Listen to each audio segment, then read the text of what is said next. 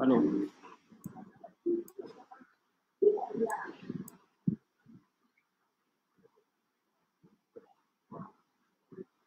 Hello.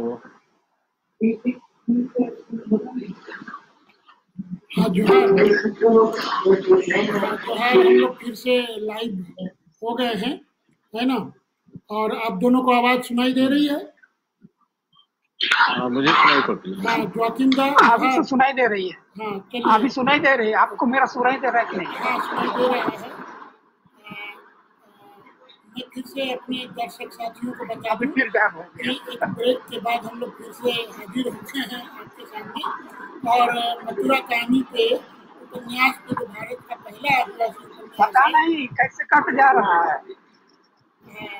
सुनी जी, आप ही का गड़बड़ है। फिर कट गई आवाज। कट जा सुनी रही जी का है, ही इसलिए गड़बड़ ठीक। लग रहा आवाज कट रही है। हाँ हाँ अभी कैसी है आवाज? है। आप बोलिए। हाँ, हाँ, बोलते अभी रहिए। अभी ठीक अभी आ रही है फिर। हाँ हाँ तो देखिए, आप दोनों के में से किसी एक के घर में पीछे से शोर है, हमारे उसके ठीक है। चलते कट रहा है ना, आवाज सुनी बाधित जी हो क्या? रही है। चलिए आप जोआकिम दा अपनी बात कहिए, जो आप उसको पूरा कीजिए। हाँ तो फादर ऑफ माइन को के साथ में मेहनत तो थे ही, उसके साथ साथ में उन और भी लोग थे।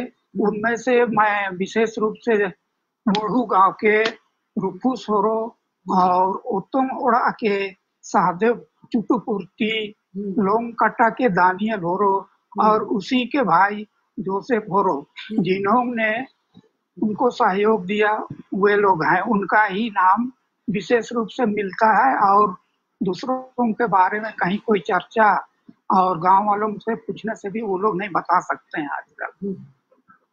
इस तरह से और विशेष जानकारी नहीं है मुझे। और इस तरह इन्होंने उन्हें साथ साथ सहयोग दिया और मुंडा भाषा के संरक्षण एवं उन्नयन के लिए सलाहनीय प्रयास किया। चलिए बहुत बहुत धन्यवाद जोआकिम दा आपको। हाँ इतना ही। कि आज आपने भारत के दर्शकों को, जो हमारे फ्रेंड लिस्ट में हैं और जो लोग नहीं हैं, उनको आपने मथुरा कहानी के बारे में बहुत आधिकारिक जानकारी दी, विस्तार से जानकारी दी। आपका बहुत बहुत शुक्रिया। सुंदर, तुमने पूरी बात सुनी जोआकिम दा की। हाँ तो उसके आधार पर हाँ। मथुरा कहानी के बारे में तुम्हारा क्या परसेप्शन बनता है? जोखिम दा का जैसा सुना मैंने, तो उसमें जो मुख्य बातें हैं, जो मेरी समझ से, तो बेसिकली हम आदिवासी लोग, तो हमारी जो कथन की शैली है वो हमारे ओरल जो नेरेटिव्स उससे आते हैं। कि जैसे हम लोग गांव में अपने दादा दादी नाना नानी से कहानी सुनते हैं, बस उसी स्टाइल में हम अपनी कहानियों को रखने का कोशिश करें। तो ये जिस उपन्यास की बात कर रहे हैं, तो मुझे लगा कि उस कहानी में भी जस्ट यही स्टाइल है जो हमारी मौलिक शैली। और इसमें टेक्निकली ये उन्होंने अपने हिसाब से, क्योंकि उन्हें उपन्यास लिखना है, तो इसको भागों में बांटा।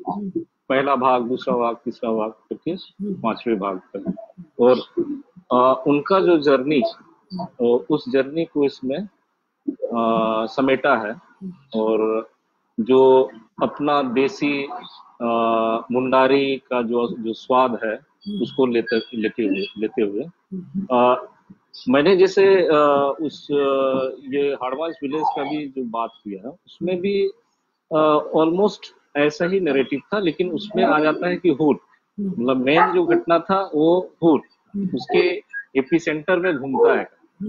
लेकिन इसमें मुंडारी लोगों का जर्नी है कि किस तरह से मैंने जो बताया उसमें भी ये था कि गांव किस तरह से स्टार्ट होता है, किस तरह से उनके रिचुअल्स हैं, धार्मिक आस्था क्या है, उसका स्थापना कैसे करते हैं, ये सब का जिक्र है।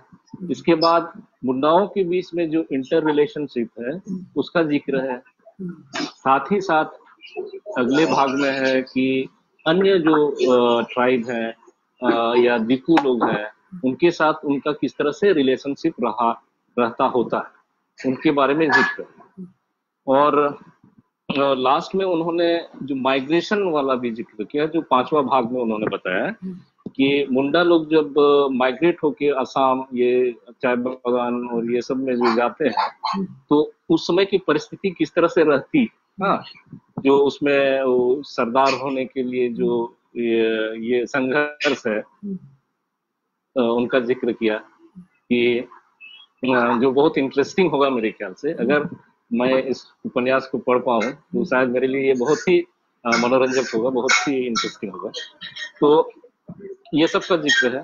और खासकर जो मुझे जोआकिम दा के जो बयान है उसमें एक चीज हमको लगा कि हम आदिवासियों का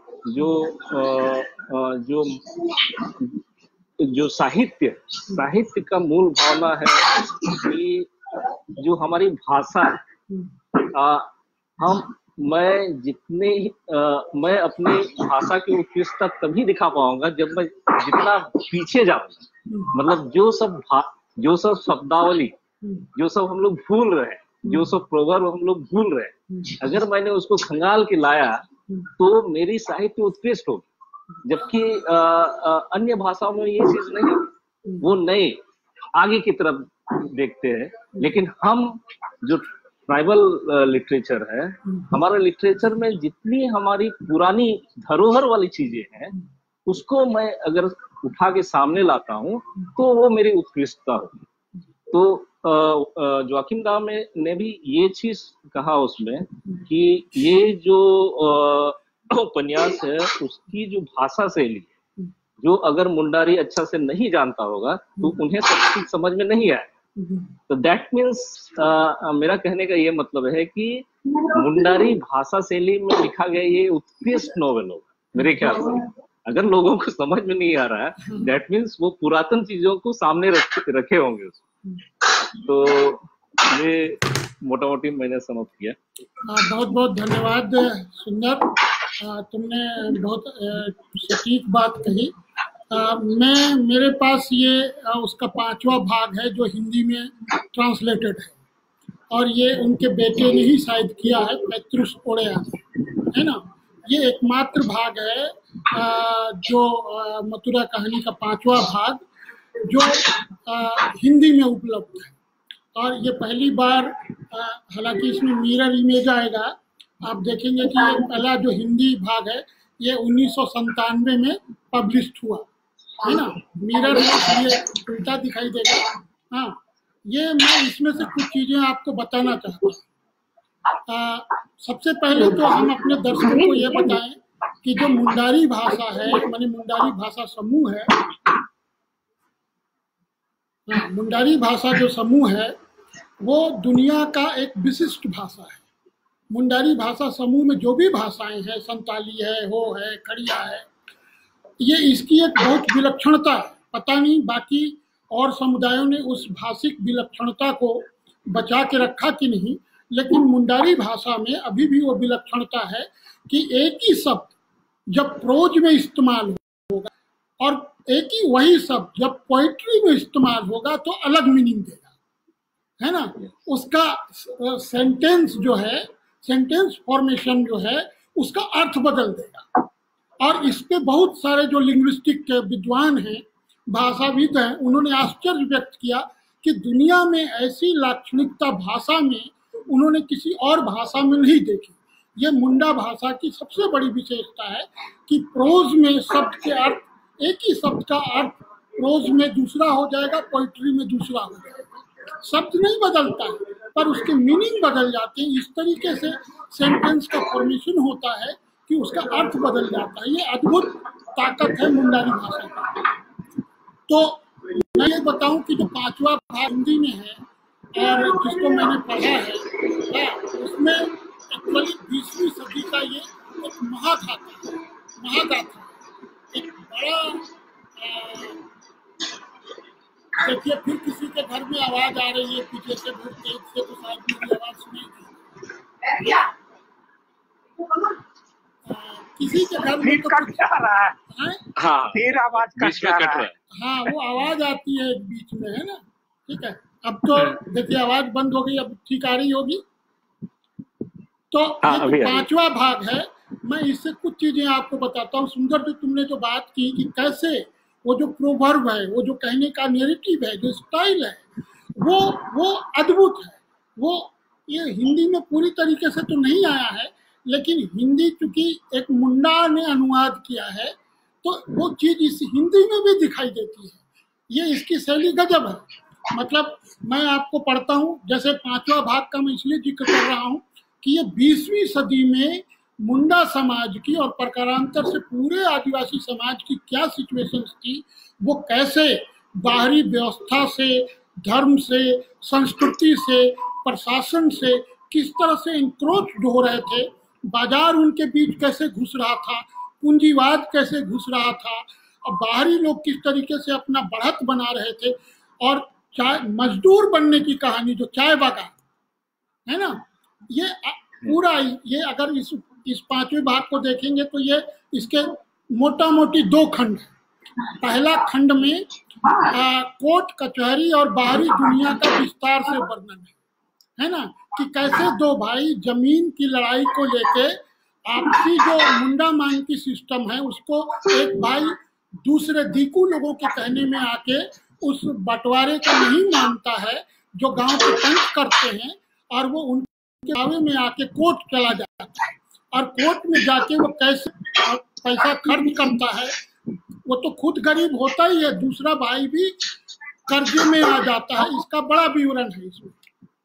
जैसे आप देखिए कि जो भाई कोर्ट में जाता है तो बंगाली वकील उसको क्या बोलता है ना, मैं वो पैरा पढ़ रहा हूँ। वकील बोलता है इस तरह बोलना चाहिए, बीटू मुंडा और हड़ू मुंडा दोनों भाई हैं, जमीन बांटने के लिए हमने गांव के भाई बंधुओं को कहा, पर जमीन बांटने के पहले बिट्टू ने उनको हाड़ी पिलाई, मैं हाड़ी नहीं दे सका, अतः मेरे बड़े भाई को अधिक खेत दिया गया और करीब 10 पहला बीज बोने लगे। बड़ा भाई है इसलिए उसको ज्यादा दे दिया।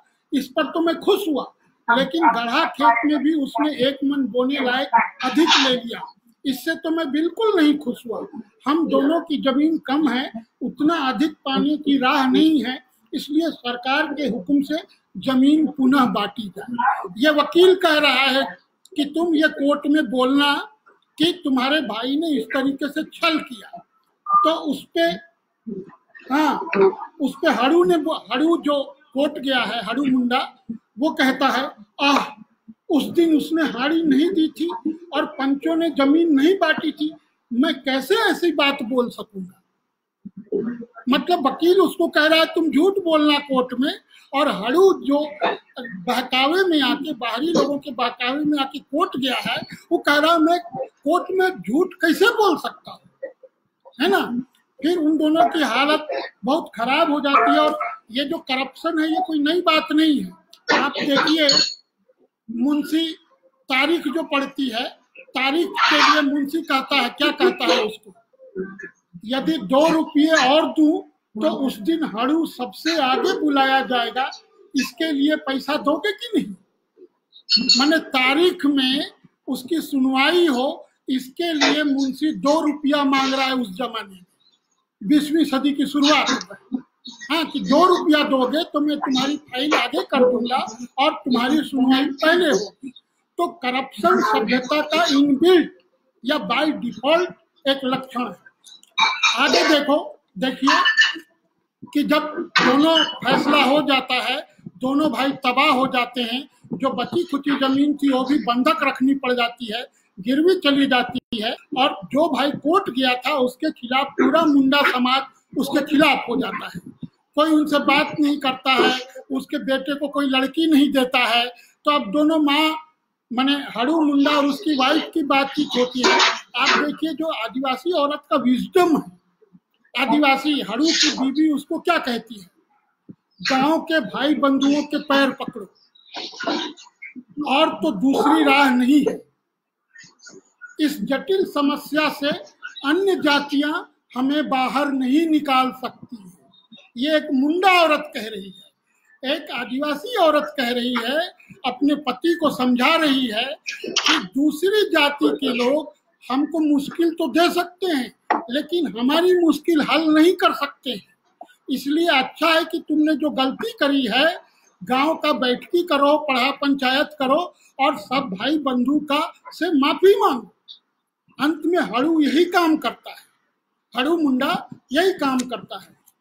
तो वो जब मुंडा के पास ये प्रस्ताव लेके जाता है तो मुंडा उसको कहता है कि सबसे पहले तो जो गवाह तुमने झूठे खड़े किए थे उनको पंच में बुलाओ, हाँ, और तुम लोगों ने हाकिम के पास और हाकिम के लेख से सारे गांव के लोगों को, मतलब पंचों को बुरा बना दिया है।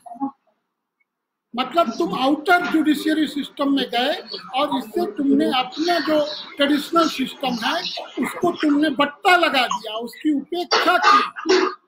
तो जब तक इसके लिए तुम पूरे लोगों को नहीं बुलाओगे और पंच में माफी नहीं मांगोगे, हम लोग तुमको वापस भैयाद में शामिल नहीं करेंगे।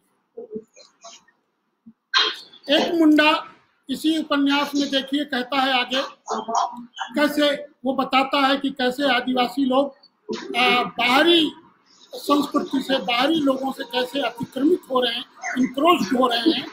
वो बोलता है, उसका नाम ढुकरा है, ढुकरा मुंडा बोल रहा है, मैं पढ़ता हूँ एग्जैक्ट जो है वही। इसी से हम दुविधा में हैं, नहीं तो तुरंत ही घुसेड़ निकाल देते हैं। ऐसी जातियां बसी गांव में बुरे आदमियों को पंचायती सजा देना मुश्किल है। देखा गया है नगुरी देश यानी नागपुरी, हाँ मैंने बाहरी लोग, देखा गया है नगुरी देश में बहुत बार कोई आदमी कुछ गुनाह करने और उसको जुर्माना लगाने पर इस प्रकार की जातियां उस जुर्माना लगाए गए आदमी को उत्साहित करते हैं और वह थाना नहीं तो कचहरी जाता है और नालिश करता है। मतलब वो कह रहा है बाहरी दुनिया में ऐसा होता है कि कुछ लोग कोर्ट कचहरी में जाते हैं और दूसरे के खिलाफ में झूठा केस करते हैं और तब मुकदमा शुरू होता है।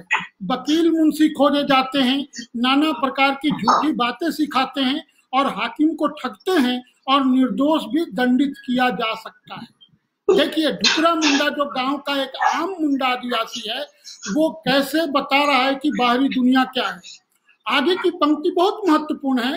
ढुकरा मुंडा कहता है, इसलिए आर्यों के देश में पंचायत का बल बिगड़ गया। आर्यों के देश में पंचायत का बल बिगड़ गया, मतलब जो आदिवासी सेल्फ रूल सिस्टम है उसको बड़ा नुकसान पहुंचा है आर्यों के आने से। ये बहुत महत्वपूर्ण टिप्पणी है 20वीं सदी के इस पहले आदिवासी उपन्यास में, जिसमें उपन्यासकार एक चरित्र के माध्यम से ये कह रहा है कि आर्यों के आने से देश का, मुंडा देश, उनका पंचायत का स्ट्रेंथ कम हो गया, ये वो कह रहा है। फिर कहता है कि छोटी बात के विचार के लिए भी लोग अंधेरा घर जाते हैं। कोर्ट को कह रहा है अंधेरा घर। ये बहुत शानदार टिप्पणी है, मैंने टर्म है। कोर्ट को ढुकरा मुंडा कह रहा है अंधेरा घर। लोग अंधेरा घर जाते हैं और वकील सोखतारों को मोटा बना रहे हैं और स्वयं तो दुबले पतले हो रहे हैं। ये ढुकरा मुंडा के माध्यम से मेना सोड़िया ने इतनी सटीक पॉलिटिकल, सोशल, कल्चरल टिप्पणी की है जो आज भी ऐसा हमारे राइटर नहीं कर पाते हैं। आखिरी बात में कहता हूं कि इसी प्रसंग में कोर्ट कचहरी वाले पहन में गांव का पाहन क्या बोलता है। पाहन बोलता है, हाँ भाई तुम्हारी बात असली है। मुंडा जाति के लोग दिन भर भार ढोने के बदले दूसरी जाति का जूठा थाली मांझना पसंद नहीं करते। देखिए कितना बड़ा डिवीजन है ना। बहुत स्पष्ट समझ है कि आदिवासी समाज क्या है और गैर आदिवासी समाज क्या है। पाहन कह रहा है तुम ठीक कह रहे हो, मुंडा लोग दिन भर भार ढोने के बाद भी बदले में जूठा थाली मांझना पसंद नहीं करते, है ना। फिर कहता है अब तो इस देश में पादरी साहबों के आने पर मुंडा लोग भी बावर्ची बन गए, हाँ, और बहिष्कार नहीं किए जाते क्योंकि वो मुंडा है, गांव के लोग हैं जो भले ही पादरी लोगों का बावर्ची बन गए हैं लेकिन हम उनका बहिष्कार नहीं कर रहे हैं। तो ये 5वां भाग बहुत महत्वपूर्ण है, जिसमें 20वीं सदी के शुरुआती दशक का जो भारत का महत्वपूर्ण आदिवासी क्षेत्र है झारखंड, जो विवरण हमको हाड़मा विलेज में मिलता है, लगभग वही विवरण, क्योंकि इसको हम लोग ज्यादा प्रमाणित मानते हैं क्योंकि ये मेना सोड़िया ने एक मुंडा आदिवासी ने लिखा है। और चूंकि जैसा सुंदर तुमने कहा कि रॉबर्ट कास्टेयर्स की कहीं कहीं पे चूंकि वो एडमिनिस्ट्रेटर था और हुल के बाद की स्थिति थी, तो उसने उस नैरेटिव्स को कुछ अपने फॉर्मेट में लाने की कोशिश की और उसको ला के रखा। ये एकदम प्योर है, जिसमें आपको वो मुंडा वोकैबुलरी मिलेगा, वो मुंडा कल्चर मिलेगा, वो प्राचीन मुंडा लैंग्वेज मिलेगा जिसको आज मुंडा लोग नहीं जानते। तो मुंडा लोग भी भूल चुके हैं। खुद रामदयाल मुंडा जी से मेरी बातचीत हुई थी तो उन्होंने कहा था बहुत टफ है मथुरा का, ये मेना सोड़िया का मथुरा कहानी नोवेल को पढ़ना बहुत टफ है।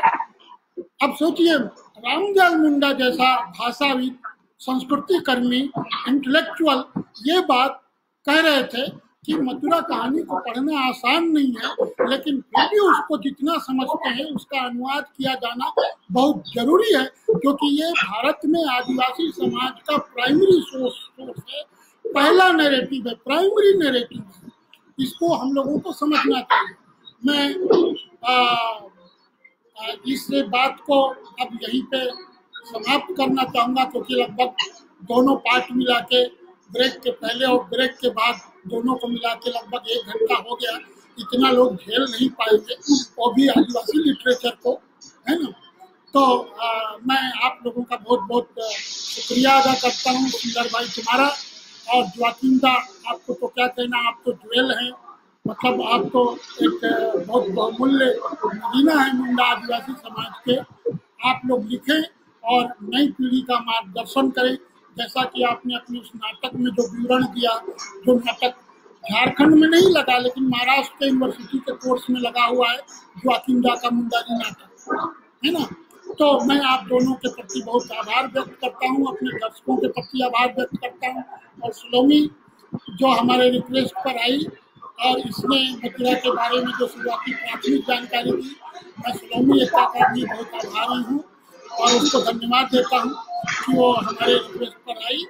वो हमेशा से भाषा साहित्य के काम में बहुत आगे रहती है, लीडर है वो, और उसने काफ़ी लीड किया है, काफ़ी अच्छा लिखती है। हाँ, ये शायद उसके बोलने में आप आधुनिक हिंदी जैसा रस नहीं लेंगे, लेकिन आदिवासी हिंदी आपको उसके बोलने में मिलेगा। तो मैं आप सब तीनों का बहुत बहुत आभारी हूँ और धन्यवाद देते हुए और अपने सभी दर्शकों को धन्यवाद ज्ञापित करते हुए इस लाइव को समाप्त करता हूँ। हम लोग कल फिर मिलेंगे और कल हम लोग बात करेंगे 20वीं सदी के शुरुआत के सबसे बड़े आदिवासी बुद्धिजीवी, जो पत्रकार था, जो संपादक था, जिसने लिखने का कारण जिसने जेल की सजा काटी 1938 में, जिसको 6 महीने की जेल हुई और बिहार सरकार ने जिसके ऊपर जुर्माना लगाया। हम कल उस शख्सियत पर आदिवासी साहित्य की सीरीज में बात करेंगे, जो आदिवासी 1920 के बाद जो आदिवासी पत्रिका निकली थी आदिवासी महासभा की ओर से, उसके जो पहले संपादक थे जूलियस तिग्गा, जो जयपाल सिंह मुंडा के समकक्ष थे और जो सबसे बड़े इंटेलेक्चुअल थे। हम उनके बारे में बात करेंगे कल की लाइव में। आप सब लोग कल जरूर 7 बजे हमारे साथ बनिए। आप सबके प्रति आभार। जोहार। जोहार। जोहार।